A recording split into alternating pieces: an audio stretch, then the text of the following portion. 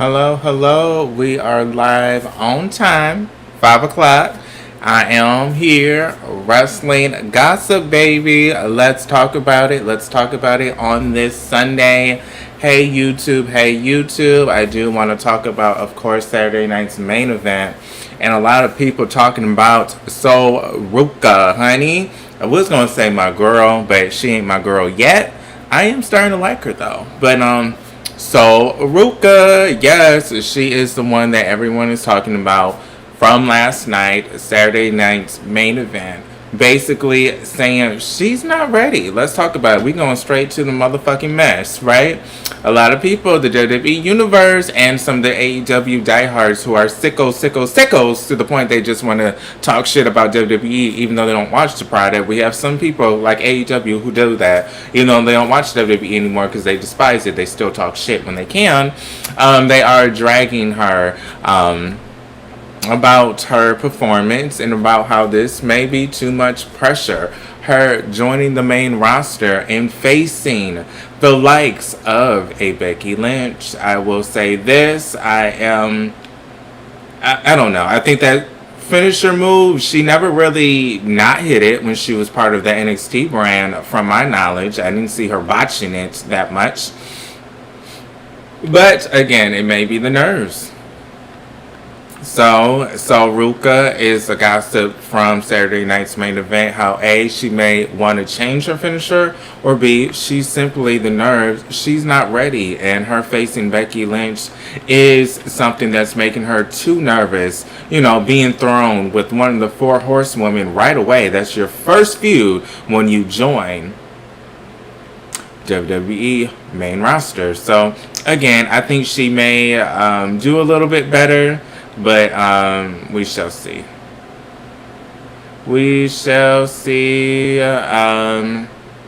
what happens with her. Again, I feel sorry for her that she's getting this kind of heat. But let's talk the rest about Saturday night's main event, because again, didn't want to just start off with just negativity. I'm just letting you know what's going on and what they're saying about Ruka, that she may have to take it back to the drawing board, YouTube, and go back to NXT. But I do also want to talk about Penta retaining. Not a surprise. I also want to say this was very obvious. I mean, was there anything that was a shock? Maybe B-Fab and Jade and Minchin winning was maybe a shocker to us, but everything else was very, very lackluster in terms of storytelling. I guess Ruka doing a half-ass Skull Snatcher got her a title match, even though she lost. She won by disqualification, even though she was the one that attacked the referee. But okay, that didn't make any sense. Nikki, no, I'm sorry. Brie Bella is looking like Nikki Bella. I mean, she's starting to, usually she's more covered up, I'll say, or more, she's more, covered up, I'll just say that, compared to her sister Nikki Bella. But recently, she's been wearing shorts where it's not as covered. She's showing a little cleavage, she's showing a little skin, which, hey, I like Brie Bella. I'm a Bella Army, so sorry, I called her Nikki Bella for an accident. But again, this is back to her Brie gear. I did like it. A lot of people did talk about her gear, and there were matching gears for her and Nikki Bella. Clearly, Nikki Bella, she wears the shorts and the bra or the tank top, compared to Brie that wears pants. Sometimes now Brie is wearing, sometimes not the pants and just the shorts or whatever you want to call it. But her and Paige, they retain against Lash Legend and Nia. Hopefully this is the end of this bullshit. I'm just saying, I do like Brie Bella and Paige a lot. I'm just saying I don't like this feud. It's gotten old. They lost the titles at WrestleMania. We get it. Let's move on to new competitors. I do want to talk about Penta again. He retained. It was a good match with Ethan Page. I mean, Ethan Page is showing his ass. He did just join the main roster, so I do like Ethan Page a lot. Huge fan of his. Let's get on to the next thing, the tag team championships, which I think was the main event, if I don't recall correctly. If I recall correctly, I do like that Austin Theory is getting a lot of shine. I mean, I can be a little biased. I always thought he was hot, but I'm glad that they kind of making him a main star. I really feel like his biggest push is when Vince McMahon was still creative and still making those decisions. That's the truth for me. I do feel like he does have a small push right now. A lot of things happen for him to get this push, such as people getting injured, and then he just so happened to be in the group at the perfect time, and now he's aligning himself with Logan Paul, who is an internet sensation, and him and his brothers have brands outside of WWE, so they're known outside of the WWE dome, which is good for Austin Theory, of course, because it gives him a bigger fan base. But I will say this, I'm happy for him. I'm happy that he's the tag team champ. Again, him always being part of the tag division is a little stale at this point. Let's make him a mid-card champion. If you guys really don't want to pull the plug and make him the actual world heavyweight champion, you guys might as well give him the mid-card championship and make that division mean something with Austin Theory. Again, him and Grayson were a tag team at some point, and I think they had the tag team belt. So again, he's done this tag team shit before, so this is nothing new, but now he's in a group, I would say, division, which is giving him a little bit more spotlight. I will say this, with Montez Ford and Angelo Dawkins, it's the same old. They're still teaming up. Really don't care for it anymore. It's gotten old and played out. They always disappear, come back, disappear, come back. So again, it's getting a little boring with them always tag teaming when they're always teasing that Montez is going to have a solo career, which clearly he's not, because he hasn't had it yet. Hey Daniel, how are you? Happy Sunday. Any plans today? Happy Sunday. Let's continue talking about, I think that was all the matches in Saturday night's main event. I mean, we talked about Paige, we talked about the Vision retaining against the Street Profits. Becky Lynch, Enzo Ruka, and that damn botch. We already talked about that. Charlotte Flair, Alexa Bliss, and Rhea Ripley getting defeated by Jade Cargill, B-Fab, and Michin. I think Rhea Ripley's the one that got pinned by Jade. So again, this is leading to them fighting for those titles again. So clearly, this is leading Jade in her getting a rematch. I will say this, I do like Jade, but if she's not going to win the title, why keep having her face Rhea Ripley? That's a little silly at this point. Let's continue. Big Cass and Enzo Amore allegedly are going to be part of WWE. Yes, let's talk about it. Enzo Amore and Big Cass, WWE return. The latest information. Let's talk about it. Here I am at sports.yahoo.com, and you can't teach that. Remember, Enzo Amore was going to make a documentary talking about how basically that lie he stated ruined his fucking life and got him fired from WWE, and WWE really didn't give him a chance to explain his side of the story. So he was going to make a short documentary, I think like an hour and an hour and a half at most. It was to show how this affected his life, the lie. I do remember him teasing this documentary on X a couple months ago. So again, the timing is just a little odd that right before he's about to come up with this documentary, how basically he got fucked over and WWE didn't even try to give him an opportunity to defend himself, that now allegedly he's getting signed to WWE. So again, let's do this.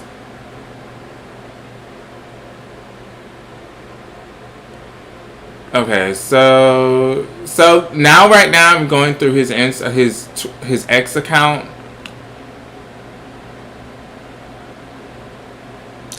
and I don't really see him talking about the documentary anymore. So let me look this up. Enzo Amore documentary.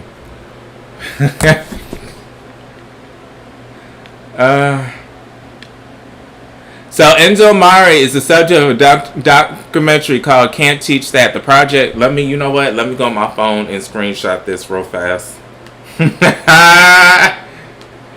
Because he's supposed to make a documentary. And he had a trailer. Ooh. So I'm about to bookmark this. So, let me snippet this. Oh, I haven't done this in a while. How are you guys? Oh, hold on. How do you snip it? Remember, I used to snip it a lot. Remember when I started going on this MacBook, but now I stopped doing that since I know how to share my screen.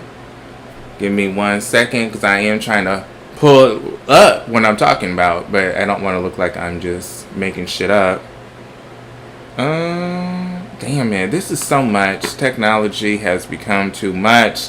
Happy Sunday, by the way. How to screenshot MacBook. Like, this is so sad. I have to actually go on Google and look this up. Shift Command 3. You know what? Let me just put this in my notes, honey. Because when you don't use...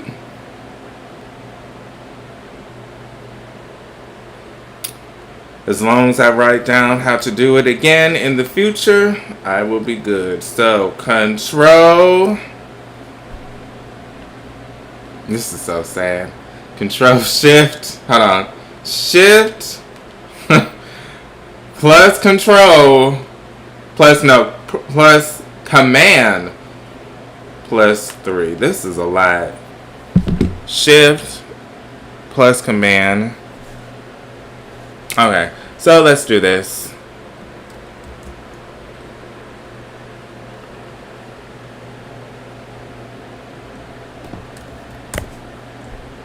Alright, so I think I screenshotted it. Where does this go though? Hold on, happy Sunday. We're talking about Enzo Amore. I'm trying to show how he has a documentary coming out. I don't know how to save this shit. Oh my god, how do you save this? It's been that long? I'm gonna find this out. I'm not gonna let this discourage me because I'm trying to find and show you what I'm talking about. But of course, right now it wants to be silly. So, okay, get off of this. Child, this technology is too much. Okay, I don't want to make it widescreen. Can you stop, please? I want to subtract it. I don't want to make it even fucking bigger, please. Okay, get off my screen. But, you know, I'm going to show this because this is getting on my nerves, honey. Because I'm going to show this. I don't know where these screenshots be going that I just took a photo of. But let's put this on the big screen. Because I'm wondering if he's even going to come up with a documentary now. Since these rumors are going around that, yes, that WWE wants to sign him. Ain't this crazy? I just clicked recent and it's not even showing me my most recent shit. So that is just, they really trying to play these games and don't want me to show what I'm talking about. My goodness. Oh my god. They really, I literally just screenshot it. Now they don't even want to show me my screenshot. So here it goes. Looks foggy to me. Oh god, why does it look so foggy? But you can't teach that. This is his X page. It looks way better. I think it may be grimy on my page, but it might not be grimy on the actual stream. But here you go. Here is what he had. He had the trailer. Can't teach that, the official trailer. This only got 23.6k views. I'm not saying only like it's a bad thing, but it's nothing like major like a WWE tweet or someone that's really famous where they're getting like 100,000 or 200,000 views. This is not even 50,000 views. So a lot of people aren't even aware that he is making a documentary. And he posted this January 23rd of 2026. So he posted it this year. So this isn't nothing that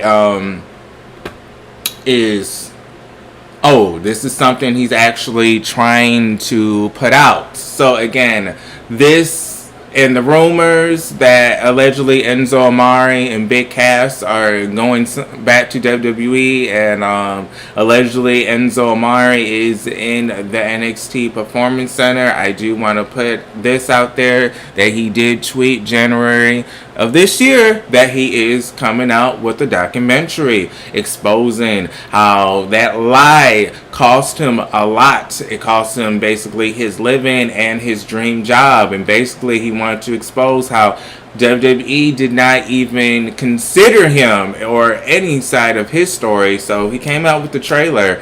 But again, can't teach that. That is supposed to be the documentary where Enzo Amore wanted to show the fans and people who support him how that firing affected him in the aftermath. But again, now we have rumors that Big Cass and Enzo are now rumored to be coming back. So I did want to point that out. But let's keep reading sports.yahoo.com. Enzo Amore was reportedly seen at the WWE Performance Center ahead of an NXT taping. Wrestle Votes on Fightful Select reports WWE has interest in reuniting Enzo and Big Cass. Big Cass, now Big Bill, in AEW has a contract believed to expire by the end of May. The duo split in 2017 and both left WWE by 2018. Cass signed with AEW in 2024. WWE has not announced anything official. Reports are labeling this as a rumor. So here we go. So if he does join, maybe they're going to try to shut him up from releasing that documentary if they hire him back before it actually releases. I mean, come on now. He says that he's going to come out with a documentary exposing what happened to him this year. In January, he posted it, and now, allegedly, months later, WWE wants him back. We did talk about Saturday night's main event. How are you, Frank? So Ruka, everyone is talking about it, that she may need to go back to the drawing board and she may need to go back to NXT and she needs to hang it up flat screen. Nicki Minaj, ruh, like a dungeon dragon. Remember that song, Roman's Revenge? Well, yeah, they are saying she needs to hang it up flat screen and go back to NXT. So Ruka was getting dragged. Again, no title changes. The tag team championships, male and female, same champions. Intercontinental Championship, same champion. No title changes. So again, Saturday night's main event is like a glorified house show at this point. Again, they don't really do house shows anymore, but again, this is like a glorified house show that just happens to be on TV. Because nothing really happens with these Saturday night's main event shows. Nothing really happens.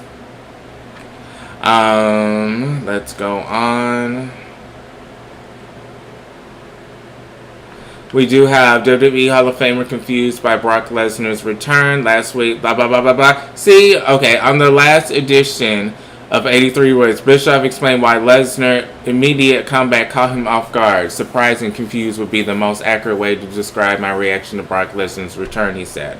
I'll tell you why. When he took off his stuff at WrestleMania 42, that emotion was real. Brock is not an actor. Brock is the beast, an animal of an athlete, but he's not an actor. The emotion that we saw when he retired to me was absolutely honest and real, and then for Brock to come back, here's why it's confusing. It was part of a plan, number one. Brock needs to get some kind of Emmy for his performance because he deserves it, number one. But why would you flip it around 2 weeks later in a circumstances, what? I don't know. Because it says a word and then it says parentheses way and then it says question mark and then explanation point. I don't know what they're talking about, to be honest. But again, I guess Aaron Bischoff was very caught off guard. This is on WrestlingInc.com with Brock Lesnar and his performance. I guess his acting performance at this point on how he was very convinced that Brock Lesnar was retired, but in reality is not. Again, we do see that he's going to face Alba again. This feud is far from over. Just letting you know, this feud is far from over. Alba, I do like him a lot. What do I think needs to happen? Nothing really. I mean, this feud is okay. Two heavyweights. There's really nothing more that we can really add to the feud unless they make it personal. But again, we don't really know anything about Oba if you just watch the main roster. So if you didn't watch NXT, you really don't have any idea who he is and why you care about him. So you can't really make it personal just yet. I do know they're trying to make Royce Keys very personal by having him be someone that is from the streets and who used to struggle. Let's just be real. He does mention all the time how there was struggle, so I guess he's supposed to play into his demise and how he's from the streets and had to struggle and had to fight more than the regular degular, and he's here because he struggled and people should relate. I mean, I think that is supposed to be his storyline at this point, Royce Keys. But Oba Femi, he doesn't have that storyline. So again, I guess two alpha men fighting Brock and Oba is going to be their storyline. Or maybe him not passing the torch. That could also be another reasoning. You thought I was going to pass the torch? Bitch, you thought. Oh, okay. So that was not a real Saturday night main event. So some people I do know said back in the day, Saturday night's main event was something that you actually look forward to at some point, and it was something you would get with the family, and it would be a lot of memories with the classic music as well. And it had an old school vibe with some awesome matches, and the storylines would continue. But unfortunately, this is not the WWE where the storylines continue. Well, I guess they do continue. They continue where they have to keep fighting, right? So again, they're going to keep fighting. Again, they're going to keep fighting. We're going to see the same shit. We're going to see Sol Ruca. She's going to face Becky Lynch again, even though we just had that match. I guess now it's for the title since she lost by DQ, Becky Lynch, even though she was the bitch that didn't attack the ref. So Ruka attacked her.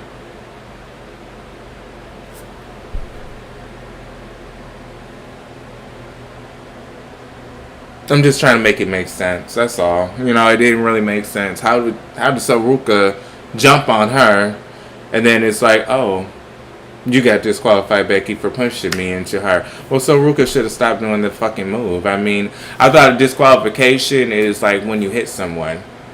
Like, oh, I hit you, disqualified. So I didn't know that Saruka accidentally hitting the ref meant that Becky Lynch would get disqualified, even though Saruka is the one that grappled her and knocked her down onto the floor. So again, this doesn't make any sense, but again, Saruka is getting a lot of heat. Again, I'm not going to harp on it. Let's talk about AEW Double or Nothing, because we have a big show coming up tonight, and I did want to go live before that, so you guys had an opportunity to see it still. But let's talk about it. AEW Double or Nothing should be good.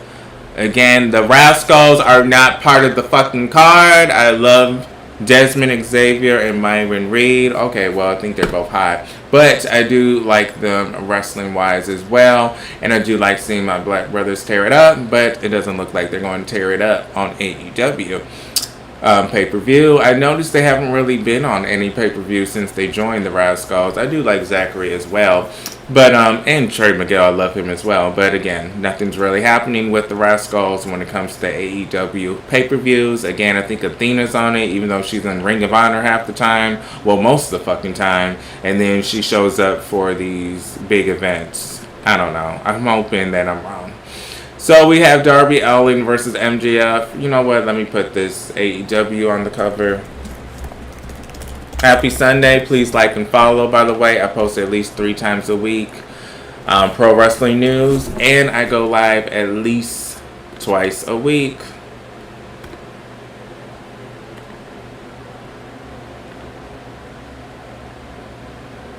So let's put the AEW Double or Nothing here. Just so you guys can see the card. It is a big card. It is a big card, honey. Swerve Strickland is back, by the way. Nice to see. Just so y'all can get a visual of the card while I talk about it. I'm sorry, everything looks so blurry on my side. Like when I'm looking at the stream, it looks blurry, but then when I click on YouTube, it actually looks clear. So sometimes if I'm squinting or if I'm looking at it weird, it's because it looks very blurry to me. Like right now I'm looking on YouTube and it looks very, like, it looks the way I see it. But when I'm actually watching on my screen where I'm streaming on Streamlab, it looks very fuzzy. So sometimes I have to just go on the actual live stream and make sure that it don't look like shit. So I'm glad it doesn't, but okay, let me continue now that I'm done and I can confirm it don't look like shit like it does on my end. But Darby Allin versus MJF. Clearly MJF is not going to lose his hair. I mean, if he does, that would be a lot of headlines for AEW. I feel like a lot of people may want to tune in the next week just to see the chaos and the drama that would unfold after MJF loses his hair. But it's very predictable that MJF is going to win. What was his point? What was the point of fucking Darby Allin even winning the belt if MJF is just going to win? Again, he didn't even need to get the belt. I mean, if he's going to have a 2-month reign, I mean, I don't even think he was a champion for 2 months yet. When did Darby Allin win?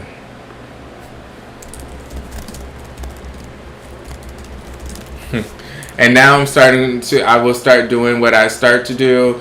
AI is part of this generation, a part of this world now. So I do pay for ChatGPT, so I may ask them some questions and some gossip. She does like to gossip, my little chat bot, so sometimes she gives her little take who should win and why. She gives her reasoning, so maybe we'll do that as well. But okay, Darby. Okay, how long was he champion? Darby Allin. When did he win the AEW belt? April 15th. So if he loses to fucking MJF, it hasn't barely been a fucking month. It's May 24th. So yes, a month and a week. So if he loses the belt that fast, he didn't even have a 2-month reign, which I feel like, shout it was around. Thank you. I got so much saved on this laptop. Thank you. I knew it was something. Ooh, thank you. You had me. I would have been looking like a full child. So maybe I have so much AEW shit saved on this damn laptop, honey. Thank you. Now that had me cracking up. Because I would have been talking with the wrong poster for the next 10 minutes. Lord Jesus. And I just made sure it was foggy, but damn. It's these posters that be so many fucking matches to the point it takes you a minute to realize, oh, okay, I'm looking at the wrong shit. So, thank you. So now let me check the stream again to make sure this shit ain't foggy. Okay, it's not foggy. So I was right. Athena is part of this shit. Again, I'm getting tired of her showing up only when it's the pay-per-views. I mean, get the fuck on, girl. You're never part of it any other time, but only for the pay-per-views you show up. Okay, but let me make sure everything else is okay, honey. Thank you. But again, not even a month. This is like a month and a half. I mean, we can't even say that. So again, I hope this is not the end of his title run. Thekla, Hikaru Shida, Jamie Hayter, Chris Statlander for the AEW Championship. I think that we're going to have that women's champion Thekla retain. I mean, Chris Statlander winning it would be, I guess, not bad. Akira, I mean, she's just there. After time she shows up and then she disappears. So again, I really don't care for her because she's not on TV that much for me to care about her. She disappears too much for me. So we have Kazuchika Okada versus Konosuke. They still fucking going at it, which at this point has been slowly going to the point they don't even like each other, to the point that they don't like each other for the international championship. I want Konosuke to win because I like him a little bit better than Okada. I mean, Okada is saying bitch, bitch, bitch. I know this is his catchphrase. But I mean, both great competitors, but I want Konosuke to win and be champion. FTR versus Cage and Cope, Adam Copeland and Christian Cage, sorry, in an I Quit match. I feel like Adam and Christian will have to win. I mean, this is a pay-per-view after all, so this is supposed to be a major pay-per-view at that, right? Isn't this almost supposed to be like a Royal Rumble or maybe their WrestleMania? So it's supposed to be major. Again, I feel like we're going to have a return. I do want to put that out there. Maybe Britt Baker will return finally. I know there's a lot of drama with her and Tony Khan, and apparently a lot of people don't like her backstage, but I do feel like maybe she'll return. And shock us. Maybe she'll shock us after the Fatal 4-Way. Maybe she'll come and make a return. I mean, it's about damn time she returns. I mean, or just let the girl go. I mean, if you ain't gonna fucking use her, just let her go, Tony. I mean, what the fuck is the point of just keeping her? Just to sit her for months, for what, a year and a half at this point, and not even try to use her? You might as well just let her go. John Moxley versus Kyle O'Reilly for the AEW Continental Championship. I think Kyle may win. It may be a shock factor. I mean, Kyle is getting a lot of wins, so it would feel like it would be great if he actually won a championship belt instead of just winning, and then when it's time for a belt, he loses. Makes no sense.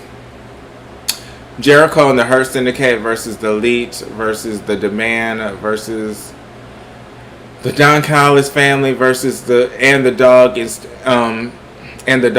in the Stadium Stampede match. Notice Jericho, they're putting him in these multi-man matches ever since he came back. I mean, him and Ricochet did have that going on, but I noticed that he's in a lot of multi-man matches. And sorry, this is Jericho, the Hurt Syndicate, and the Elite versus the Man, the Don Callis family, and the Dog in Stadium, and the Dogs in the Stadium Stampede. So again, I do want Ricochet and his team to win the Demand, but I don't feel like they're going to win. So I do feel like the Hurt Syndicate, the Elite, and Jericho will win. Again, why not have the Rascals in this match? Makes no sense, but okay. Samoa Joe versus Will Ospreay. And see, I can say negative shit about AEW too. I mean, where are the Rascals? You barely use them. I mean, they are used here and there, but I don't know what the end game is. I still liked when they were fighting in the parking lot on the roof of a building. That was nice with the Rascals. And then Myron Reed got involved and did a jump off the car. Still one of my favorite moments of the Rascals so far in their AEW tenure. Really feel like since Trey Miguel and what happened to him, they really thought they were going to have 4 members instead of 3. So right now they're just winging it with creatives. I mean, if you really thought that you were going to have 4 of the members, but unfortunately with the company, which is Warner Brothers, I heard, the actual TV company, the TV channel, not liking Trey, that is why he had to get the boot, unfortunately. No shade, I'm just keeping it real. So I really feel like Tony Khan, when he hired the Rascals and gave them a contract, he was expecting all 4 of them to be part of this, not just 3 of them. So I feel like that is the reasoning why we're not seeing them half the time, because they really thought they would be working with 4 men, not 3. You may say, well, it's less people, so why would that even play a factor? Yeah, it's less people, it's 1 less person, but if you have 4 people, that's you can have a 4-man tag match. I mean, right now all 4 of them could have been in this match if it was all 4 of them. Again, you could have used all 3 of them, but still. You could have 2 be a tag team and 2 do other things. So again, 4, they could have booked them a little bit more, but right now they're just not really booking them that much. But again, let's move on. That was my little thing about the Rascals not being used, Britt Baker not being used. I'm a little annoyed with that at this point. It's getting a little old at this point, her not showing up. Sammy Guevara, I do like him, but he's kind of like Red Velvet, who I do love her a lot. Stir it up, baby. Yes, I do like Red Velvet. Stir it up, baby. She's used here and there on AEW, but she's more of a Ring of Honor exclusive, just like Sammy Guevara, who's mostly on Ring of Honor, but will pop up on AEW television here and there. Kind of like Athena. She's a Ring of Honor exclusive, but you see her here and there on AEW. But Samoa Joe versus Will Ospreay in the Owen Hart Cup quarterfinal. I feel like Samoa Joe will lose, so Will Ospreay will win. I mean, Will Ospreay is current. Samoa Joe is old news. What I mean by old news is he's not hot no more like he used to be. I mean, yeah, he's good. People have respect for him, but he's not hot and fresh no more. It's Will Ospreay is right now the hot wrestler that everyone talks about, who's killing it in AEW, who's killing it in wrestling. So a lot of people are talking about Will Ospreay. Shakira versus Athena. Again, this is the Owen Hart Cup. Again, I don't really care for Athena showing up to these pay-per-views because it's really silly because we won't see her the following week. And if we do, we'll see her for 1 week and then she'll disappear back to Ring of Honor for another 4 months before we see her again. So why should I care about Athena at this point? I shouldn't, because she's not a major factor in AEW television, on AEW television. So I'm hoping that Mina wins, because she's actually someone that is on AEW television on a weekly basis usually. But knowing them, they're going to let Athena, the Ring of Honor World Women's Champion, win. Then we have Bandito versus Swerve Strickland. I hope Swerve wins. Death Riders versus the Ops. So we have Claudio Daniel Wheeler versus Anthony Bowens, of course, Hook. And I don't know, the Shibata, I don't know, Kautsuri Shibata, he got a weird name, I'm sorry. But again, another tag trio match, kind of like the Young Bucks, what we saw, these multi-man matches. I feel like the Death Riders will win.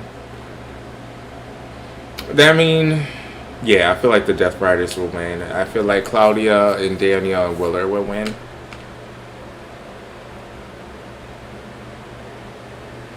Okay, let me see. Let me do this real fast, because I want to put something on the screen.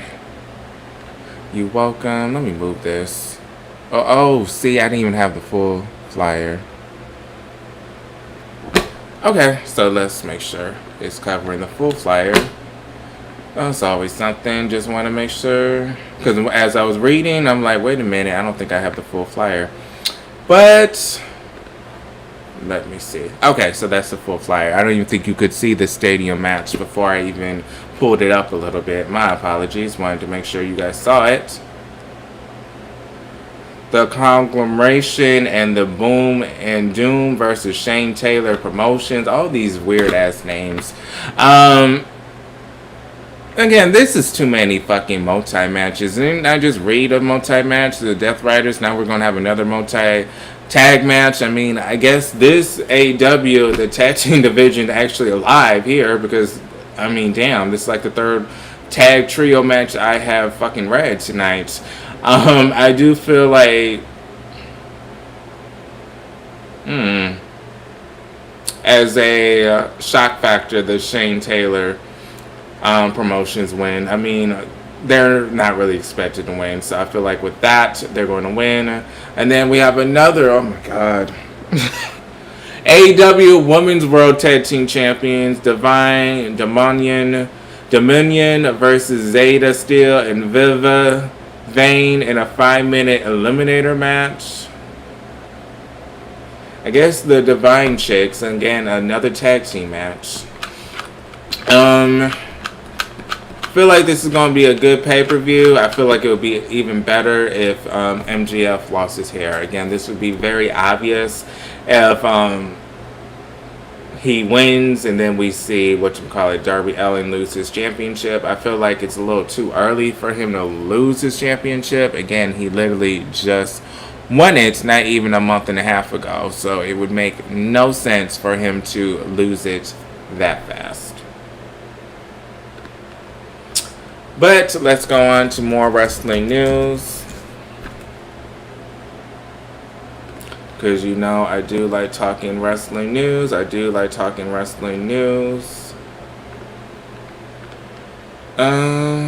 Let's see what's popping right now.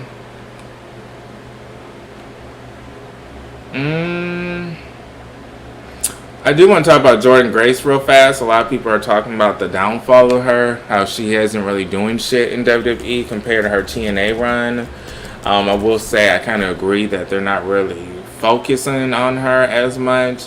We'll say in TNA she was the juggernaut. She was the TNA Knockouts champion, and I felt like she was the face of the TNA Knockouts division for a moment.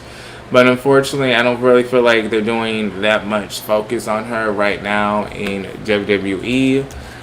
Very sad to see just how she was basically the top female talent in TNA, just for her to be on main event now. A little bit sad. So I will say that a lot of people are talking about Jordan Grace in the way that she's being booked as not so great anymore. I mean, now she is part of main event. So Jordan Grace, this is her again when she was on top of the women's division in TNA. And I will say her being on top of the TNA division, TNA kind of made her a vocal point in women's wrestling in general, since TNA is still well respected, and a lot of people saw clips of her online, even though people weren't watching Access TV. Let's be real, TNA and their clips and YouTube videos, they get more attraction from people that don't watch the weekly shows. So a lot of people knew her, even if they didn't watch TNA, due to her being reposted a lot of times, due to people knowing what TNA is and knowing who the Knockouts champion is, her name, but they still probably wasn't watching. They still at least knew who she was. Again, to now, she's just someone on the WWE roster that sometimes gets pushed here or there. I will say this, NWA Empowerr, I did watch some of it. It did record on comment on my Sling TV app. I did like, what's his name? Betty Idol? Something Brian Idol, right? I did see him. He was fighting for that 10-pound NWA championship belt. So I didn't finish the match yet, but I did start watching it. Well, midway. So I will say the backstage promotions. Well, I'm sorry, the backstage promos before the match is old school. I will say had an old school vibe. NWA Empowerr. I will say I did like watching what I saw. Again, the promotion was something I liked a lot. Again, the promotion is different. It's very old school. Not as current, I will say. I mean, I will say it's not as current as WWE or AEW or TNA. I mean, some of the venue looked old school a little bit. The ring, I guess maybe since NWA has been one of the greats for a while now, the ring is just a staple now. So it kind of looked the same from when I used to watch it back in the day. So NWA, I will say the production with the camera, because you know I like to talk about everything. The production was okay on Comment TV. I will say that it was okay. It wasn't the best. I think I was watching it in 1080. So it was full HD, but it wasn't no 4K, of course. The ring seemed like it shook a little bit louder. Not a bad thing, but you could hear it when they slammed. The ring seemed to shook a little bit louder. WWE, I don't really notice if we hear the ring when someone gets slammed. I mean, sometimes if they put the hard camera on, but we usually don't hear how hard they land. So, NWA, will start to watch more of it. I remember I was pissed. Last week when I was on there, I was like, you know what? Sling TV got me fucked up. I recorded it and didn't do shit, but now this time it did. So I did watch it. Most of it. Brian Idol, I do like him a lot. I think he must be in his late 40s, mid 40s. I don't think he's in his 30s, so I'm not trying to be shady. Good to see him.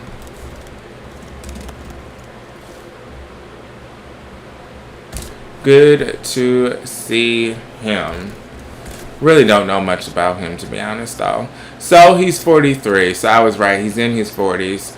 Not shading him at all, but we have a lot of people in their 40s who are making it We just had Evil, who was just signed to WWE at the age of 39. So again, he's just a couple years older than him. So at this point, NWA, I did like the camera angles. I did like the old school vibe. So I like the backstage promos the most. It seemed like something you would have saw like when Ric Flair was with the sunglasses and with the belt shooting a camera promo. It seemed very, very old school slash indie wrestling, because indie wrestlers, they usually have to do like these old school promos, because usually indie wrestlers, they go to different promotions all over the world, well, the United States, but if you got a little coin like that, you go around the world, of course, YouTube. And then they, of course, have to face someone that they really don't have a storyline with, since it's an indie promotion and they're there for a one-time appearance, or this is their first time there, so they really don't have no backstory with their opponent. So they usually do this: I'm the best, look at me, and I beat this person, I beat that person, I've done this, and when I come, I'm gonna beat you. That's the promo I like sometimes when there's no history. Okay, so did you watch? Yeah, am I even saying the channel right? Comments. So yeah, I did watch NWA. Some of it, again, I don't want to say I watched the whole thing now, because then I'll be lying to y'all. But no, I did actually sit down and say, let me watch a couple minutes of this, see what this is all about. Because again, my birthday was this Wednesday, so I've been a little bit busy. I mean, I literally just came from the movie theater before I started doing this. So again, I've been a little bit busy. But no, I did make sure to watch some NWA, and I did like the production and what I saw, and I can't wait to finish the product.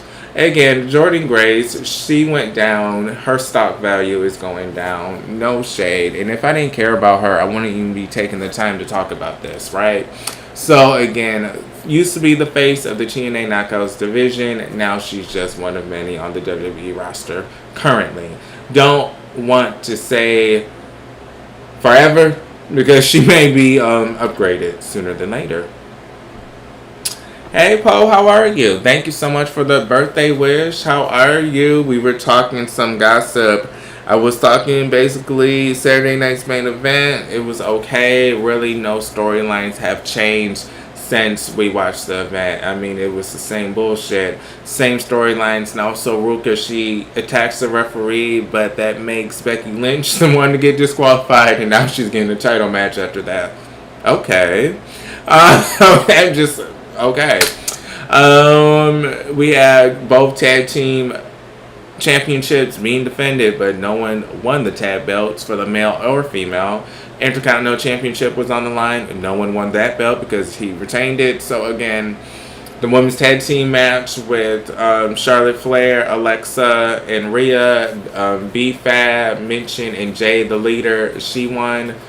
Well, I guess she got the pin over Rhea, right? So again, nothing really shocking. Did go over AEW Double or Nothing, and just a card and what I thought. Didn't realize they have a lot of tag teams and trios, so a lot of multi-man matches. But hey, they do have to have that division. I guess we complain a lot. No one cares about tag team, the tag team wrestling, and then you have me complaining this is a lot of damn tag team matches. But hey, it is after a while.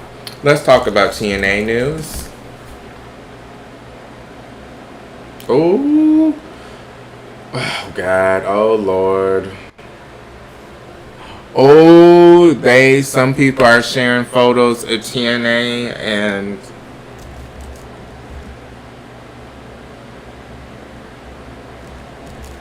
the show and the view and the audience. I don't even know if I want to show that photo. But you know what? Because you know what? What am I to laugh at TNA? I want them to succeed. The owner, he's a little bit weird with his decisions, I'll say. But who knows? The system, again, we have Cedric Alexander, who's the X Division champion. Good for him. Again, if he wants to be a solo star, I still don't understand why he's so much associated with this big group, the system. Again, he didn't want to go to AEW with the Hurt Syndicate because he wants to work on his solo career. So I'm glad that he has a solo title, but can he please get away from the system? always being with them. I will say Nick Nemeth, I guess he's the one that is the star of the show. I will say Mustafa Ali is desperately trying to get WWE's attention. He's very dramified. He's always looking at the camera. He's always putting 10 over 2, always being extra. Does a suplex and then poses after he does the suplex and looks at the camera and hey and look at me. I mean, it's just so fucking dramatic. It's like all you did was a fucking suplex. It's not that fucking great that you have to pose for 10 minutes. So again, I feel like he is hoping that Shawn Michaels is watching TNA since they have this partnership and he wants his job back because clearly he is trying. It's just, I don't know. Mustafa Ali, I do not want to say, do not like him. It's just very, very clear to me that he clearly does not want to be in TNA, that he's using them just to go back to WWE. I mean, it's just, he just oversells shit. But I think he's trying to oversell shit because he wants to look good so he can get a callback. Because they'd be like, okay, all you did was a suplex. What you posing for? Doing all that. Like, all you did was a damn suplex. Like, what you doing all that for? Like, it's just like so animated, and I don't remember him being that animated when he was in WWE. So again, I feel like he's being so extra because he wants to make sure the camera's always on him, and I hate people that are that extra. Let the wrestling speak for itself. You don't have to do all that. There are some people that can't wrestle that have to do all that because they can't wrestle, but there are people that can wrestle and the wrestling kind of takes over, and that's what makes them appealing. I feel like him with this big ass group, he wants to seem more important than he really is. Yes, I did say that. So he wants to be a leader of this group because again, he's trying to make himself seem really like this huge star. Like, oh my God, I have a whole group behind me. Oh my God. But in reality, he just wants to go back to WWE. Chilling. Charlotte, Becky are boring to me. Oh, you can't. You know what? You can't talk about her because you know what, she just, I don't want to talk about my girl. I haven't, girl, I don't even know how to do this. Shift. Oh my God, I think I did it right. Oh my God, I'm getting good at this. I'm getting good at it. Soon I'm gonna have some music, some copyright music. I know I've been saying that for months, child. But no, I'm actually gonna have that soon. Child, I don't even know how to do this.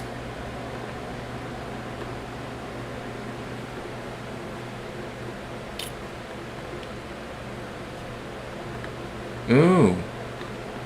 Let's see. Don't want to talk about my recent. She actually followed me back. So I don't want to dog her out. Even though I wouldn't have dogged her out anyways. But, yeah, she was my most recent follower. So she finally followed me back. I guess she must have saw something I tweeted and she actually followed me back. So yes, Charlotte Flair, maybe we're getting tired of her being a tag team star. I mean, I keep telling you guys this, and I've been saying this for I think at least 3 months. At this point, she's very, very close. Yeah, that's my new. I don't want to be crazy yet and be like, hey boo, and slide in her DM because she's like, girl, I'm followed. You already starting with this drama shit. But but I was saying this before she even followed me because I've always been a fan of hers. I even met her virtually once. I went to one of her meet and greets just to meet her virtually. This was during COVID. But I will say this, she's a tag team star at this point. They really don't want to do shit with her because they don't want her to surpass John Cena's title reign for the World Heavyweight Championships. She's at least, I think she's 3 title reigns away from tying him. And then she's 4th away from surpassing him for having the most World Heavyweight Championships in WWE history. Because how many titles does Charlotte... You know what? Let's ask my little chat GPT. And see, I'm getting comfortable because now you see me just blabbling at this point. And yeah, girl, let's not talk about our boo yet. But I understand you're getting tired of her.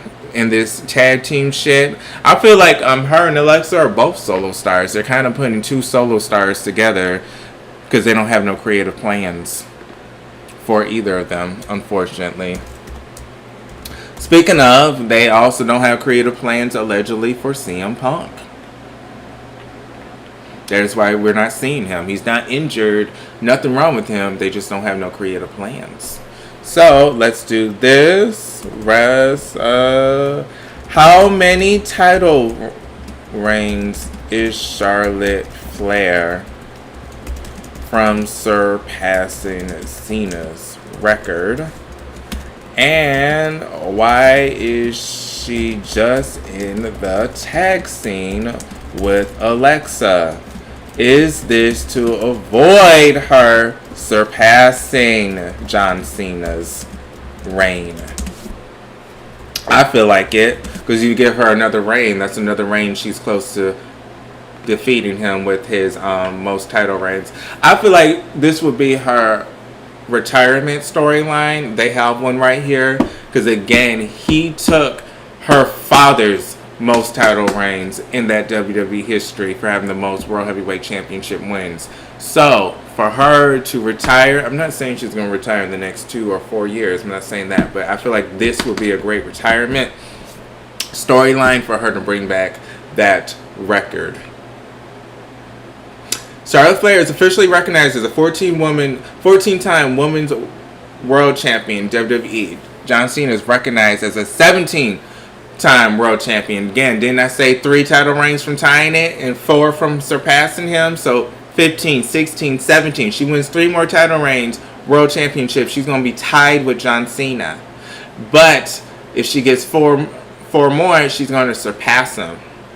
Charlotte Flair, I'm talking, this is my GPT that I paid for. Charlotte is 3 reigns away from tying Cena's current recognized record, and 4 away from surpassing. Is WWE keeping her in the tag division to avoid breaking Cena's record? You know I'm messy and had to ask. She always try to be nice. Here she go. Only because we on the string. Now she want to be nice. Any other time this bitch want to be messy. But let's read her nice response. I did say that. I agree with you. I agree with you. And hey, Cesar, how are you? How are you? Sorry, now we're talking about Charlotte Flair, and now we're bringing ChatGPT into this, because I do like being messy with her sometimes. We be gossiping about wrestling. She be having some good takes sometimes. So, I honestly don't think that's the reason. Of course you don't. Good. If we was late at night with a drink in our hand, you'd be talking all that junk. But now you want to be nice with the cameras. A more realistic explanation is WWE needs a major women's tag team. Charlotte and Alexa Bliss have been a feature act for a while now, winning and chasing the women's tag team titles. WWE has invested a lot of TV time into that partnership. The single title scene is crowded. Right now, there are established stars around the women's championship, and WWE may simply not have had the right single story ready for Charlotte. Even Charlotte herself recently acknowledged she didn't have a clear WrestleMania single path and was focused on a tag title picture with Alexa. I mean, well, yeah, she was forced. They can always pull the trigger later. Charlotte is still presented as one of the WWE's biggest women's stars. WWE knows that whenever they want a major title program, they can put her back into the world title picture almost immediately. Do I think Charlotte will eventually pass the record? Honestly, yes, it's very possible. For years, WWE has emphasized Charlotte's championship count. Fans have joked that WWE has been building towards her eventually breaking records ever since her early title reigns. If she stays healthy and wrestles several more years, 15-time champion, 16-time champion, 17-time champion, 18-time champion. None of those seem unrealistic. Who should win? Darby Allin, who just won the AEW Championship last month, or MJF, who just lost it and has a title shot, double or nothing, hair on the line. Who would benefit the most If she say MGF, now I know this girl is being nice for the cameras. Because any other time she is just as messy as I am. Charlotte should go for the U.S. title, the belt. Tiffany is someone that went from high to low. I am just being honest with you. She is someone that was the vocal point of the women's division for a little while. She was that new big star that came from NXT. Tiff Time. They actually had her defeat Charlotte Flair, who is one of the major top women's stars. And then I don't know what happened after that. But yes, Tiffany Stratton, the U.S. Championship. That would be nice if Charlotte Flair did defeat her. So for business perspective, I would have Darby Allin retain at Double or Nothing. Here's why.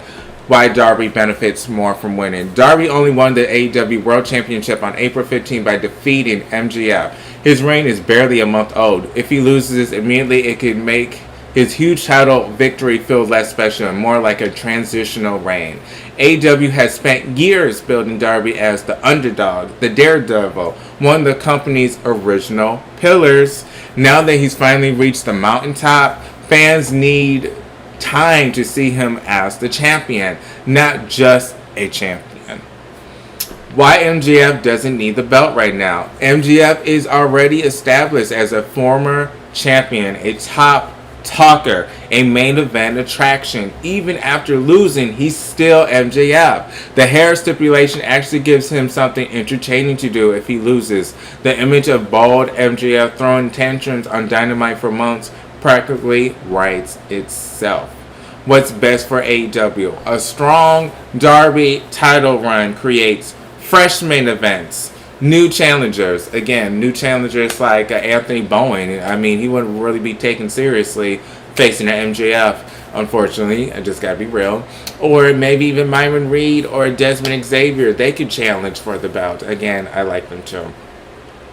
A new top babyface champion. If MJF wins the title back immediately, AEW risks fans feeling like, what was the point of Darby Allin winning in the first place? My gossip book and take. Darby retains. MJF gets shaved bald. MJF becomes even more unhinged. Spends months obsessed with revenge. Eventually wins the title back later in a bigger moment. That gives AEW a successful Darby reign, a memorable MJF humiliation angle, an even bigger rematch down the road. Who benefits the most? Darby Allin by a mile. He needs the win more than MJF does right now. So sometimes I just put things in the chat. So yes, I do agree with that. Yes, MJF does not really need to win the championship at this point. Again, what for? He literally just lost it. Let's look up more wrestling gossip. Again, CM Punk, they didn't really have any storylines creatively for him as of yet. Right now, so that is why we're not seeing him. Xavier Woods says on site there was a meet and greet, a fan signing, and the New Day, formerly known as the New Day. Are they allowed to call themselves that? I am sure by now that WWE has already copyrighted that damn name by now. But yes, Xavier Wood, is his name Austin in real life? Austin Creed, I think his name is.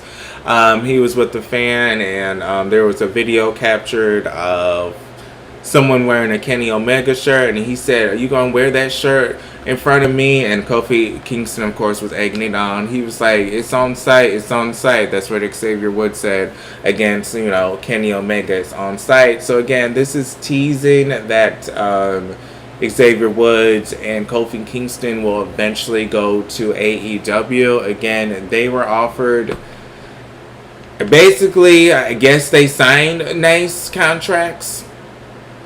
And then they were signed the contracts, and then later on they offered to lower the contract after signing with them, explaining, budget cuts, we want to keep y'all, but, can we go down with the contract now?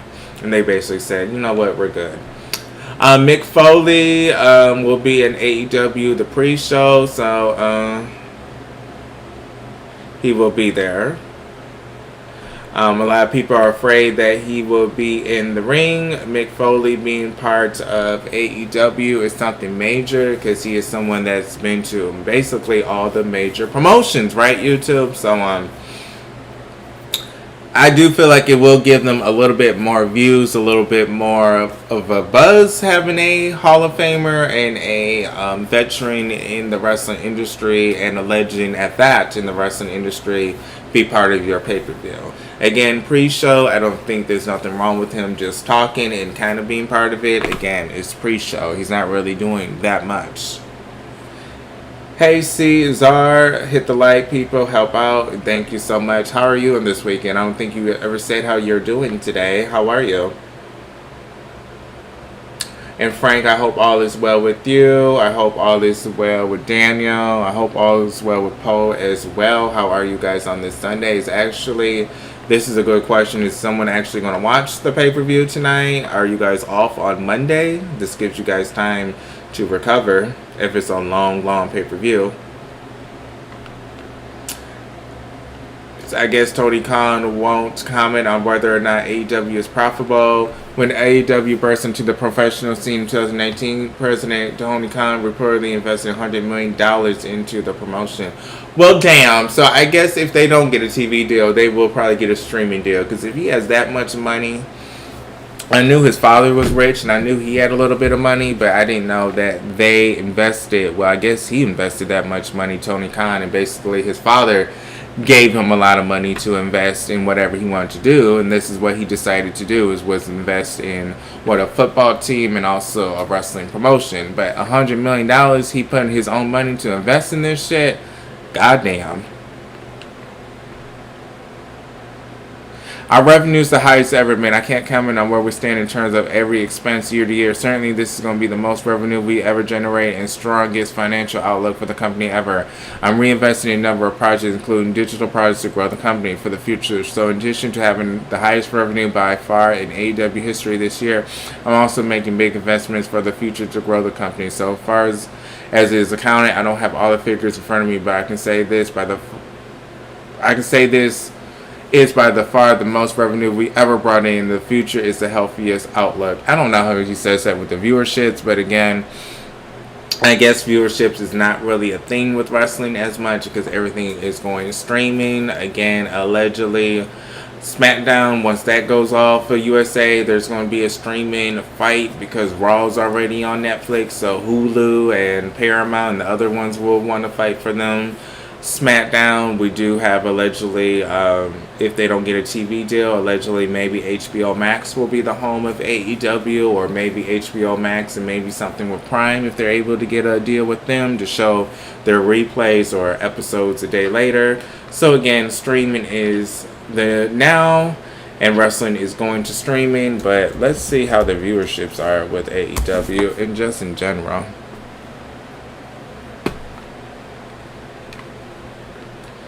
So, AEW is up with the 3 special. I did watch some of it. The AEW Dynamite Collision on May 6th. No, this is old.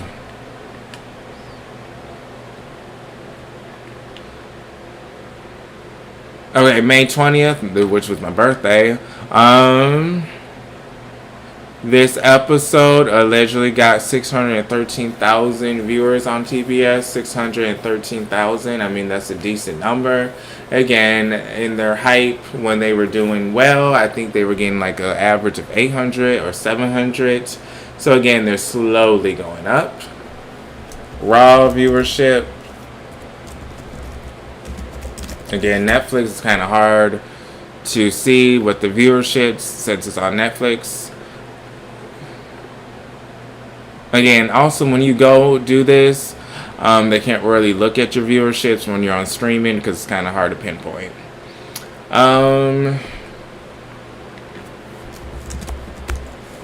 Let's look at TNA Impact viewerships.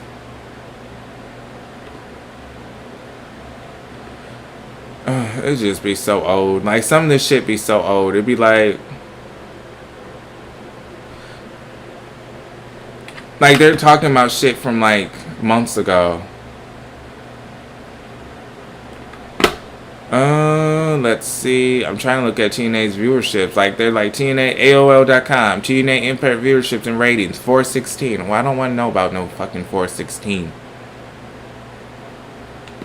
I guess we have NXT viewerships this week. Was 517,000, up from the 498,000, so 517,000. I know maybe some of the diehards of AEW will celebrate that it surpassed NXT. And then you'll have those who will just argue and say NXT is supposed to be their developmental. So again, we're going to see that a lot, so I really don't want to argue. I'm really like, they're really secretive with these damn ratings. Like, I guess we can only talk about the ratings from the 14th, because they really won't show shit from this week. I guess it takes like a whole damn week. So I guess 514th, it goes up a little bit. 514th episode was 196,000 viewers on AMC, so they can't even get 200,000 again. Some of it is just them trying to push former WWE stars that didn't make it in WWE, so now they're in TNA, so now they're trying to push them and think since they kind of have a small following, since they were on the biggest promotion, that they're just going to push them to the moon and probably get some views off of that. But that formula has gotten old.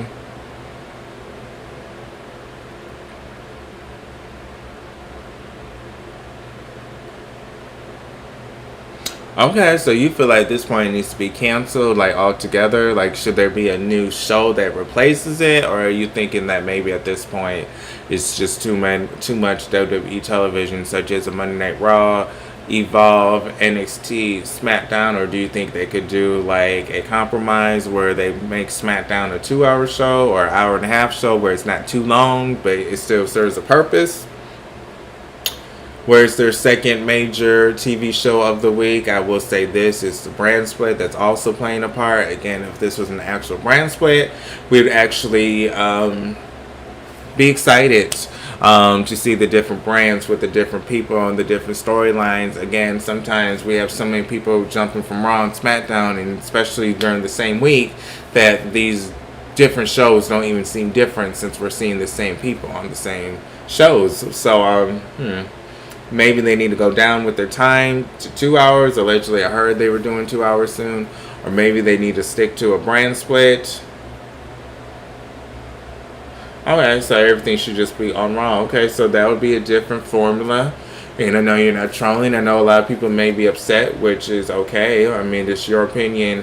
Not everyone's opinion is going to be the same, because there may be some people that say, oh, SmackDown's my favorite show. How dare you? But,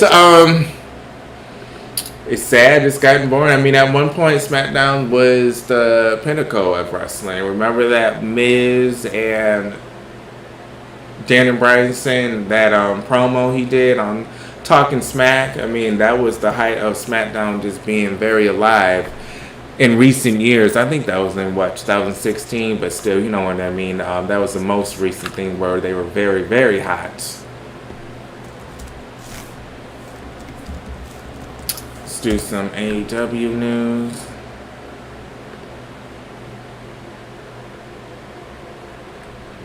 And do AEW news.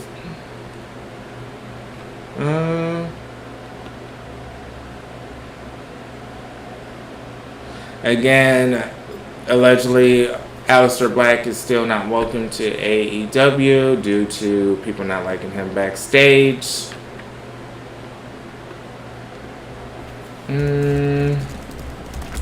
Let's do some indie wrestling news again. Pro.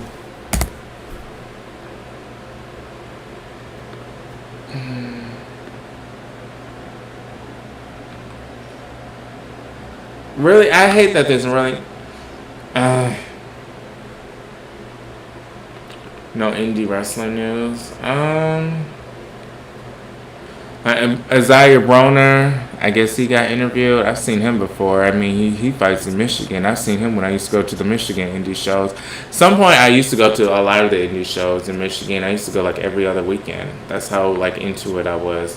But there's a lot of drama at these indie shows. Like, if you go to these indie shows, After a while, it's a lot of drama. And once you're starting to be seen a lot, people start to, who's that? You know, a lot of drama. That's all I'm gonna say. But so I don't go as much. And if I do, I just go to the meet and greets and leave. Don't really interact with folks. I'm trying to look up some wrestling news, honey. I think something Masha, did Masha go to like a Hall of Fame? I heard she went to a Hall of Fame. Masha, what's her name? Masha Slamovich Hall of Fame. Masha Slamovich was honored by the Women's Wrestling Hall of Fame, receiving the 2026 Susan Tech Screen Award. So she did go.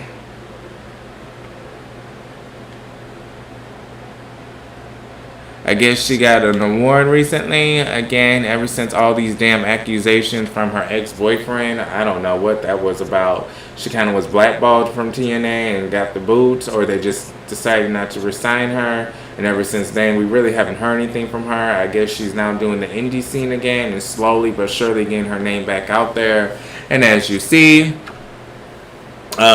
she recently got presented with an award. So I guess her story isn't over. I really don't know too much about the situation. It felt very odd, you know, that she broke up with him and she doesn't really talk to him, but yet he's still talking about her all these months later.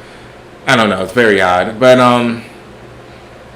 she got away, or I guess, I don't know. This whole situation was odd. I guess she was with him for years and then she finally broke up with him, and then months later he exposed her for being an abuser even though she broke up with him. So it was just very odd. I didn't know if it was revenge since she didn't want to be with him anymore, that he was like, you know what, bitch, since you don't want to be with me, I'm just going to let everyone know how you abused me, even though the whole time you've been abusing me, allegedly. I wanted to be with you, but now that you don't want to be with me anymore, now I'm going to let everyone know what you did. It was very odd. I haven't watched the SmackDown highlights, but not the full show. Oh, so you're that over it that you're not even trying to watch anymore, okay? Like, you're that over it. Like, we're not even trying to watch SmackDown. Again, where's Ray Phoenix? What happened to him? What happened to Ray Phoenix?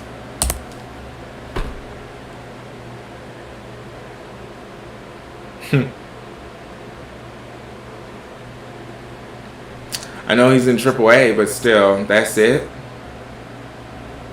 I know that's not what he envisioned when he signed to WWE. And I am not trying to laugh at his demise. I'm just saying, I know damn well, if you were telling me he's killing it in AAA, you know damn well that is not what he signed up for.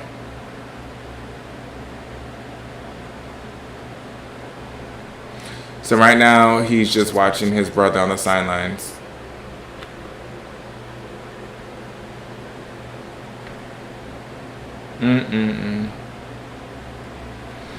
So I think I talked about enough. There's not really no more wrestling news that much. Everyone's talking about AEW Double or nothing, or people are talking about Saturday night's main event, how A, it was either okay, B, if you're a WWE diehard, it was great, and C, people are talking about Soruka not needing to be on the main roster, or this is a little too much, her being in the feud with Becky Lynch, who is one of the top female talents of women's wrestling. We all know that she is one of the four horsewomen: Becky Lynch, Charlotte Flair, Bayley, and Sasha Banks, aka Mercedes Moné. They are the four horsewomen of wrestling.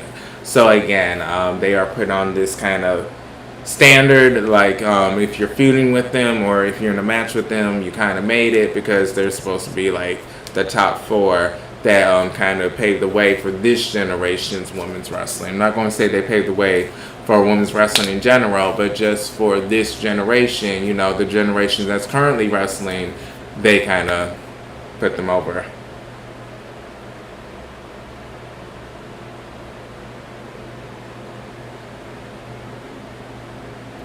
I feel like Gunther will win, unfortunately, because they really don't have any storylines for him if he's not holding a championship belt, or retiring someone. So either he wins a belt or he's retiring someone. So I feel like he will eventually, yes, he will dethrone Cody Rhodes. Don't know if he will be the one that will bring viewerships. Again, I like Gunther a little bit, but I don't know if he's going to bring viewerships due to him already being the World Heavyweight Champion on Raw. They already had that storyline where he was running the division. So again, him running a new division is kind of the same storyline. He's not coming up with anything different, his character. I will say, like someone like a Ricky Saints, realistically, that would have been something different for SmackDown to have, but a lot of people don't want Ricky Saints to be the champion. A, they feel like he's like The Rock, a watered down pretty boy. B, people think he's on the down low with his sexual orientation, which to the point, I don't even know why that fucking matters if he's gay or not on the down low. I mean, if he was, hey, I wouldn't mind it. Clearly, I like him. I'm gay. But still, I don't know why they bring that up. And C, they bring up that he has not that much weight on him. I mean, D, some people, the gays and some ladies like his attire, because let's be real, he's revealing a lot of his skin when he's out there. It's very tight, his attire, but again, they need to pull the trigger on some of these new stars, kind of like a Ricky Saints or someone else, and make them a champion. Again, Royce Keys, he's another person that maybe they could make a champion, but they don't want to do that either. And hey, you know, we keep it real. I know, what, Ricky Saints gay? What people say? Yeah, people say that about him on X, Bluesky. He on the down low. Some people say he's Cody Rhodes' lover boy, and that's why Cody Rhodes gave him a job. But I don't listen to that. I mean, if it's true, and it is true, who cares? And if I'd known, I probably wouldn't say anything if he was on the down low. But then he wouldn't want to be my friend anymore if I knew that shit. So, who knows? I don't know why they're talking about him like that. Really have a lot of plans for him. A lot of people don't like Ricky Saints. I'm just disappointed by his reaction. So maybe that's why I'm harping on it. Because I'm really disappointed as a fan that it's not going anywhere right now. Him and Carmelo Hayes. Good match. Carmelo Hayes is someone, again, in the background. He's someone that's handsome, black brother. Clearly, I'm black myself, so I'm rooting for my brother to have his shine. But he's been a little overcast by Trick Williams. So, again, I do know they're going to feud. I'm not really excited for that. It's that soon. They need to do something without interacting already. But, again, they're already interactive. They're already planting the seeds. They're already going to feud, so Trick Williams, I guess he's getting a little stale a little bit with the same attires, but he's not getting stale with the reaction and his gimmick. So for now, I kind of still like it, but his sidekick is not needed. Carmelo Hayes and Trick become a tag team champion. I would love to see that. Don't want to say for the culture. I just want to see that in general. Because I do like Carmelo Hayes, I'm not going to lie. Sami Zayn, and I'm not talking look-wise, I'm just saying, just in general, I like him as a wrestler, and I do think he's a pretty boy that can wrestle. I like the pretty boy. I used to, talk about him a little bit, oh my god, he's so worried about his looks. But you know what? Hey, they have all these other gimmicks where they're like a pretty boy and worried about their looks, so why do I have to dog it when someone like him does it? I mean, it's no different than anyone else. I feel like once his wife, or what is it, fiance? I think his wife now, Kalani, once she joins the main roster, they're going to pair them.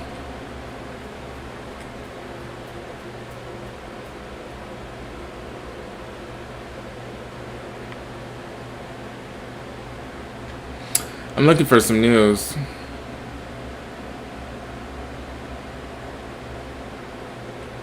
I guess the general manager of AAA is now Rey Mysterio, so I'm sure this is a way for him to try to fuck with,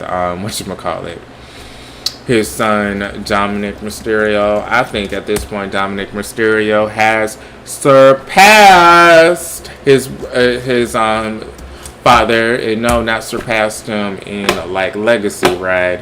surpassed him. Like, he doesn't really need to be associated with him. He's his own star. He doesn't need the rub of his father anymore. Again, I don't watch AAA, and isn't it on like at 10 o'clock at night our time due to it being in Mexico? Kaiser still saying he's getting pushed. We still don't know what happened. There are some people saying that the guy that got in his face, or not got in his face, but the guy that was in the elevator was his neighbor. So there's two stories going around with Luber Kaiser. The first story is going that allegedly he was kissing.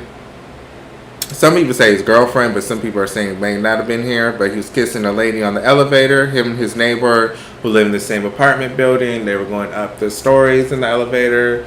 And then I guess the neighbor is a little bit older. He's like in his 70s or 80s or 60s, but he's like an older, past 65. Basically, he told Kaiser as he was leaving, show some class. I don't want to see you and this lady kissing in front of me. I mean, y'all can do all that shit as soon as y'all get in the room and get it on. You don't need to do that in front of me. And then allegedly Kaiser got in his face and said, "What? You want to yell at me?" Waze got in his face. Small altercation. The neighbor pressed charges. Then we have the other story that's going around, which could be true. So again, I don't have no opinion at this point. I already made a video about this. But since we're talking about AAA, we're talking about he's still getting the push. So maybe this could be the true story, where allegedly the neighbor, again, still in the elevator, and he was still with the lady, which people think is his girlfriend, who's Hispanic, I think. Allegedly, the neighbor was basically saying that he's going to call ICE on her.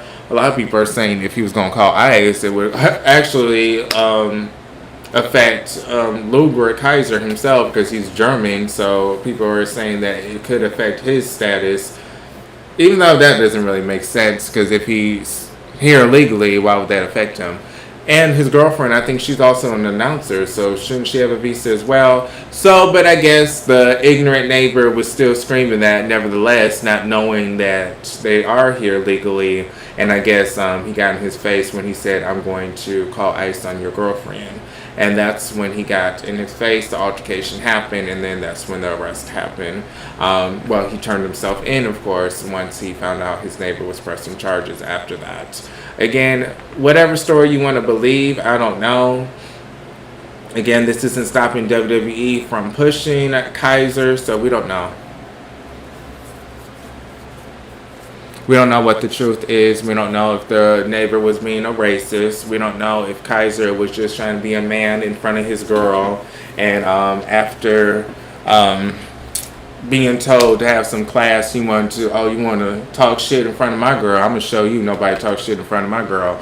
And, he confronted him. Again, we still don't even know what story is true. Those are the main two stories, though.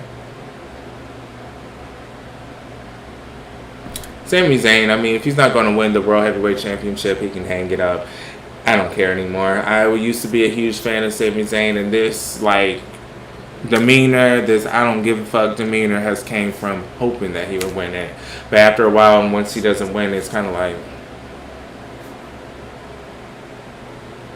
oh, he won the United States Championship. Yay. I mean, that's all they give us, a mid-card championship. How long has he been in WWE now? How long has Sami Zayn been on the main roster? Sami Zayn made his debut May 4th, 2015. It is now May 24th of 2026. It's been 11 years at this point. He still hasn't won the World Heavyweight Championship. So I like Sami Zayn. It's just gotten stale after a while. The always being so close, but not making it.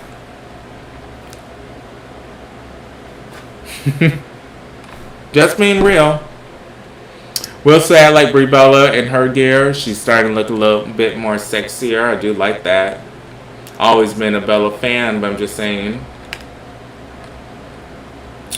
How old is Sami Zayn? Because we can say at least Kevin Owens, he won the Universal Championship. We can't say that for Sami Zayn, but Sami Zayn is 41 and he turns 42 in July, which is 2 months away.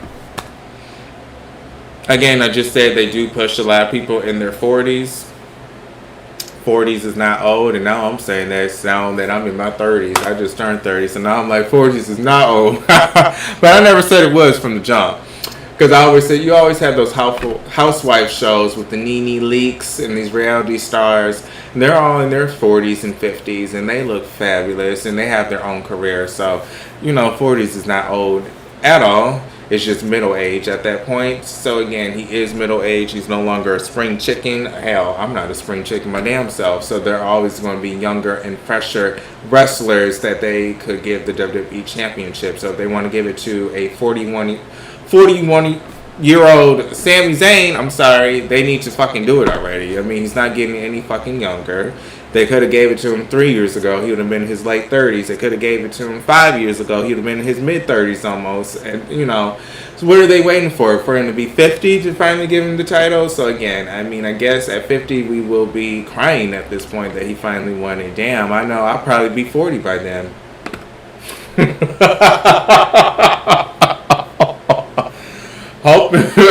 I'm just sorry. That's just funny. I'm sorry. It's so played out at this point. Who cares? And that's my organic reaction to him. I keep it motherfucking real. And that's why y'all come. Because y'all like the real shit. Y'all don't like that little fake shit that people want to be all nice to PR, hoping that WWE will hire them if they say nothing but good things about WWE or AEW. I could do that too, go on this stream and say everything's good. And WWE, they have a plan for Sami Zayn, and we know that WWE, they're going to make him a champion soon. It's just the timing's not perfect. I can do that just to be fake. So if WWE or someone from WWE watches my stream one day, I can just kiss their ass hoping they give me a job. But I know you like realness, so you like it when I keep it real. But again, that is my honest reaction to the bullshit. You know what? So since we're talking, I already been here for an hour and a half. Let's just keep talking some more. Let's look up some more wrestling news. Because again, I could be fake, but again, it's getting old. With Sami Zayn, he needs to, like you said, he needs to leave WWE at this point. I would say AEW because that would be the right away. Go to AEW, but again, would they even use him? I'm sure if he went to TNA, he would be a champion. I mean, look at Cedric Alexander, look at Mustafa Ali. They've gotten championships. Again, Mustafa Ali, I think he was the World Heavyweight Champion at some point. Was he? I think he was at one point. Oh, he hasn't. He hasn't even won that TNA. So he hasn't even won the World Heavyweight Championship. I know Nick Nemeth has won it. So again, I feel like Sami Zayn, if he went to TNA, he could be the face of TNA for a moment. I actually wouldn't be opposed to it. Why not? So that would be a lot of star power for TNA to have someone like a Sami Zayn on their roster. It could make him a TNA breakout star. It could make him the World Heavyweight Champion. It would make him look like he is World Champion material. I mean, if he signs a 6-month deal, let's be real, YouTube, that's what they're doing these days. I mean, Daria signed a 6-month deal. Sonya Deville, so they are giving people 6 months, a year deal. They're not giving them like the 2 or 3 year deal that a WWE or AEW is doing where you're at least locked in for at least 3 years. No, they're not doing that. TNA are doing 6 months deals, 1 month deal. I'm sorry, not 1 month deal. 6 months deal, 1 year deal. So they're doing shit like that. Kind of making it more appealing to these wrestlers where they know they don't have to sign a long time to TNA, but at least they're signed to TNA. I mean, the younger people like a Jada Stone, I'm sure she probably signed a 3-year deal. She's newer to the scene. She hasn't really been on TV yet. This is her first time being really on a TV. So yes, TNA probably is giving these indie wrestlers who are joining TNA like a 3-year deal, trying to get their investment back. But someone like a Sami Zayn, I mean, I guess they would get their investment back if he became World Heavyweight Champion for a couple months. And maybe WWE would want him back. But again, Sami Zayn in WWE right now, I think he needs to leave to be taken serious by the company. Because right now, they're not taking him serious. He's just a body. Speaking of bodies, Jimmy Uso, still don't see him getting the World Heavyweight Championship anytime soon. They're not really pushing him for the World Heavyweight Championship, which is sad, but it's the truth. But I think I talked about enough. It's been an hour and 33 minutes. I do like my episodes, like the TV show, at least an hour for the lives and, you know, the live gossips, and at least 30 minutes for a live review. I don't like my stuff to usually be 20 minutes or 15 minutes or 10 minutes when I'm on live. I do like to talk. So the people that also watch the replay, they get a lot of stuff to listen to. I'll be real, now I'm talking about my life because it's Marquelworld and my life. I talk about sometimes. I watch YouTube a lot for content. You know, I watch interviewers.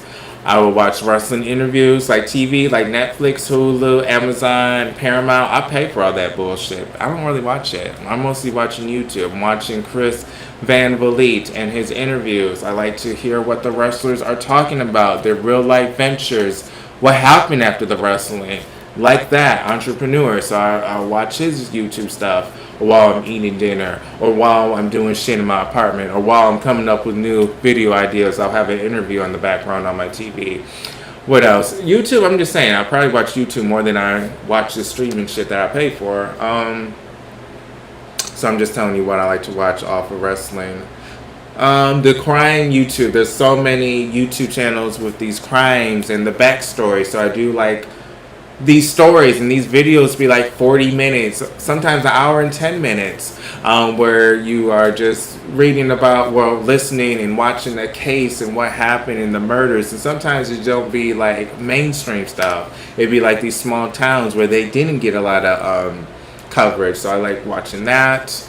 I like watching body cam videos. I started watching that over a year ago now, but I think that's now the new thing. But I randomly got recommended that, but I haven't stopped watching since, where you get to see people get arrested and it's real body cam footage from the cops. So sometimes just the stories just be really, really funny. Like, girl, I didn't steal that, I ain't steal that, I ain't steal that. And then you look and they got like shit in their breasts and shit. You like, oh, Dad, oh, I meant to keep that. My bad, I grabbed it. I didn't, you know, that'd be funny. So just the excuses of the people that do the crimes is just so hilarious.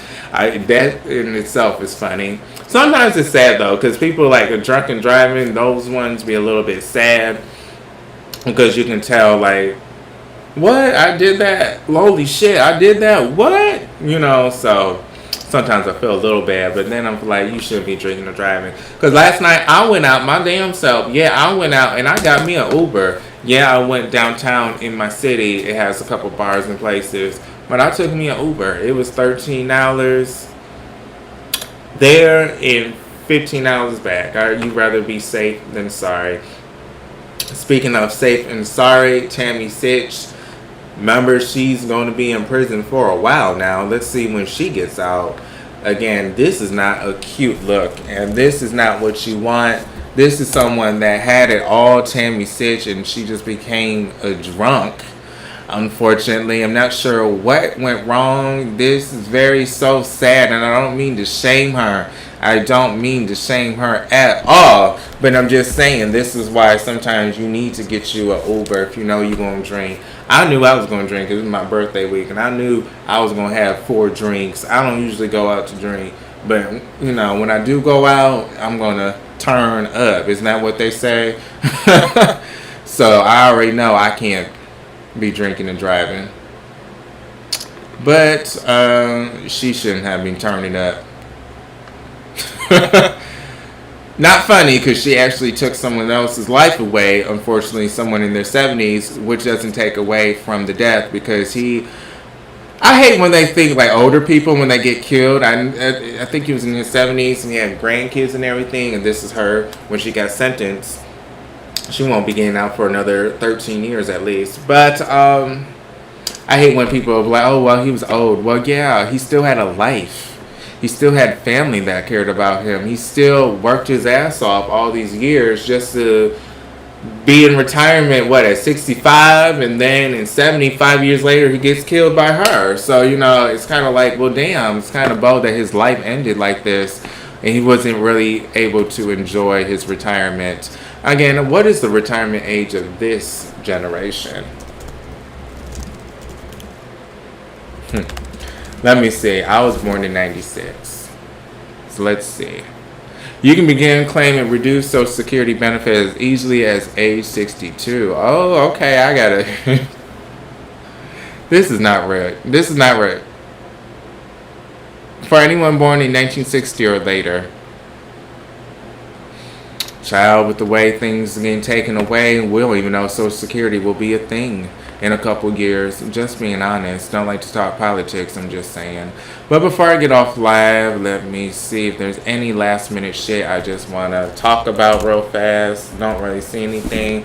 Hope you guys enjoy this live. I love to do a live gossip session. I know we all over the place. It's not about a certain topic. We just talk.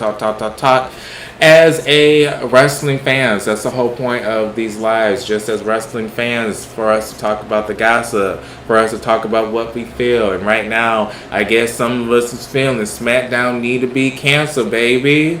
Again, I'm feeling Sami Zayn, he need to leave WWE. You keep that shit and you go, because they ain't taking you serious. I ain't taking you serious because they ain't taking you serious. So MJF, me and Bald, we shall see. But I got a new video that I'm going to post tonight. Maybe I'll have more videos depending on what happens with AEW, but I will be posting at least one new video tonight, a quick short video that I already recorded, so that'll be out tonight. But I hope all is well with everyone. Those that watch the replay, thank you. I did watch Keke Palmer's new movie before I get off.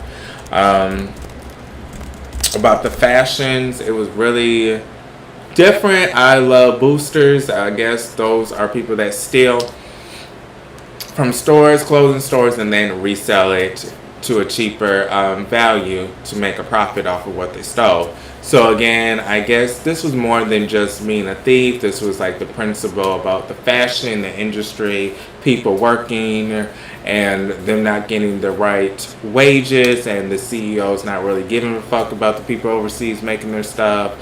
It was a lot more than just someone stealing clothes. There was a message behind corporations and how the people that make these corporations big, their voices need to be heard. So that is how I'm going to summarize that movie. I will say I love boosters. It had a stellar cast. So the cast was Keke Palmer, who I love from Shoe Jackson VP. Always been a fan of Miss Keke Palmer. Liked her when she was in that Tyler Perry movie. I also liked her in Keela and the Bee. That was a movie I used to have on the DVD player in the early 2000s. Yes, the DVD player back in the early 2000s. Lakeith Stanfield, handsome. Don't really know him, but very handsome. Taylor Page, I do like her a lot. Taylor Page, I do like her a lot. She was on a show on VH1 that I liked. I guess Demi Moore was in it. I don't recall her being in the movie, honey. Naomi Aki, she was cute. She was the first time I saw her. Taylor Page, was it Bring It On? I know it wasn't Bring It On. It was something she was on VH1. Hit the Floor was her claim to fame, or that's where I know her from. Hit the Floor on VH1. You know, sometimes I do watch TV outside of wrestling. It's just sitting down and watching the shows. Everything has just became too much, you know. Not saying that in a bad way. It's just so much you have to do. You have to do house chores. You have to have a social life. You have to work. You have to have a fitness life. And then you have these TV shows. If you want to keep up with them, you have to keep up with them and watch on a weekly basis. So it just becomes much after a while. But what shows am I watching outside of wrestling? I will say Wednesday I'm trying to finish that up. The Boys, I'm really actually sitting down and trying to finish that up on Prime.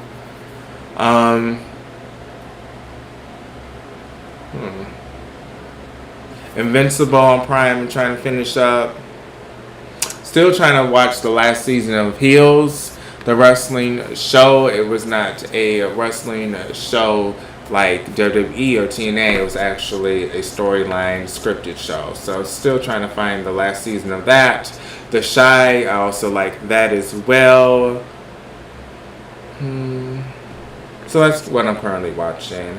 Euphoria, I do want to start watching, but I heard it's like on season 4, so it's a lot of different seasons they're already on. So really don't know if I have the time to invest to sit down and start watching from season 1 if every episode is like an hour and a half. I will say this, on HBO Max, I was watching that show where they come to the hotels. What is that?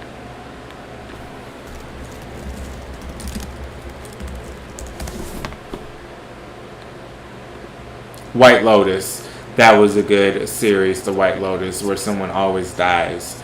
That was a good series. I think it is coming back. But okay, I'm done blabbing, you two. Thank you for those that supported. Now it's been an hour and 45 minutes. This is your Wrestling Gossip Session.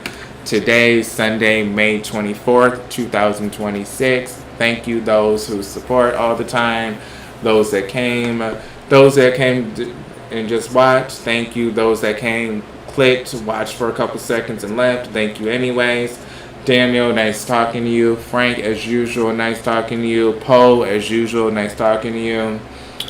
Okay, I know. Cesar, it was nice talking to you. Thank you for the encouragement. I really didn't know how your weekend was doing, or you didn't say much after that, so I don't know.